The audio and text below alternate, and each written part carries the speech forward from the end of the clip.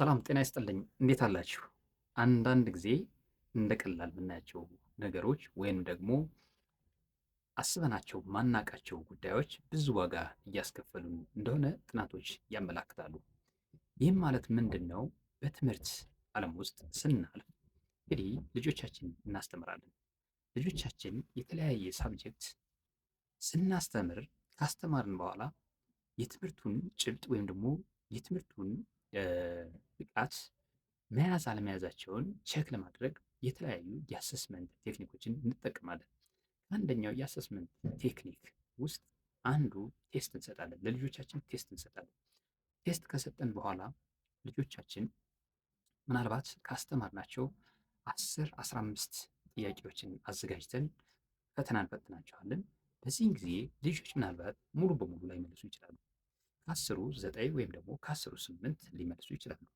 ከአስሩ 9 ከአስሩ 8 የመለሱ ልጆችን 8ቱን የራይት ምልክት ካደረግን በኋላ ሁለቱን ኤክስ ምልክት እንጠቀማለን። ኤክስ ምልክት በምንጠቀምበት ጊዜ ይቺ ኤክስ የተሰጣት ቫልዩ እና የተሰጣት ትርጓሜ በልጆቹ ዘንድ ምን ያህል አሉታዊ ተጽዕኖ ወይም ደግሞ ምን ያህል የስነ ልቦና ጫና እንደምታሳድር አስባችሁ ታውቃላችሁ? ለምን ሌላ ፊደላትን አልተጠቀምም? ለምን ኢ ፊደላትን አልተጠቀምም? ከእንግሊዝኛ ፊደላት ካሉ የእንግሊዝኛ ፊደላት እኛ የምንጠቀምበት ኤክስ ፊደል ነው። ለምን ሲ ፊደል አልተጠቀምም?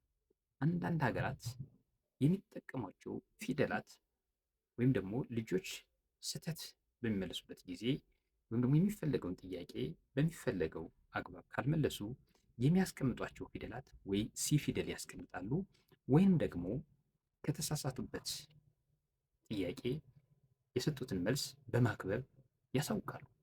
ከዚህም አንደኛው ሀገር አሁን እየተከተለችው ወይም እየተጠቀመችው ያለች አሜሪካ ልጆቿን ፈትና ልጆች መልሱን በትክክል ካልመለሱና ስህተት ከመለሱ የምትጠቀመው ምንድን ነው? ሲ ፊደል ትጠቀማለች። ሲ ፊደል ምንድን ማለት ነው? ኮሬክሽን ማለት ነው። በዚህን ጊዜ ሲ ፊደል በምትጠቀምበት ጊዜ በቀይ እስክርቢቶ አይደለም፣ በኖርማል እስክርቢቶ ትጠቀማለች። ሲ ፊደል ታስቀምጣለች። ወደ ጃፓን በምንሄድበት ጊዜ ደግሞ እስክርቢቶ የሚጠቀሙት ለኤክሰለንት ነው። ለኤክሰለንት እንጂ በልጆች አእምሮ ዘንድ ሊደበቅ የሚችል ወይም ደግሞ ሊቀመጥ የሚችል ፍራቻ አዘል የሆነ ቀለም ሳይሆን ይህን ቀይ ፊደል ሚን ቀይ እስክሪብቶ የሚጠቀመው ለኤክሰለንት ወይም ደግሞ ለጥሩ ነገር እንደሆነ ያሳያል። እናንተስ እንዴት እየተጠቀማችሁበት ነው?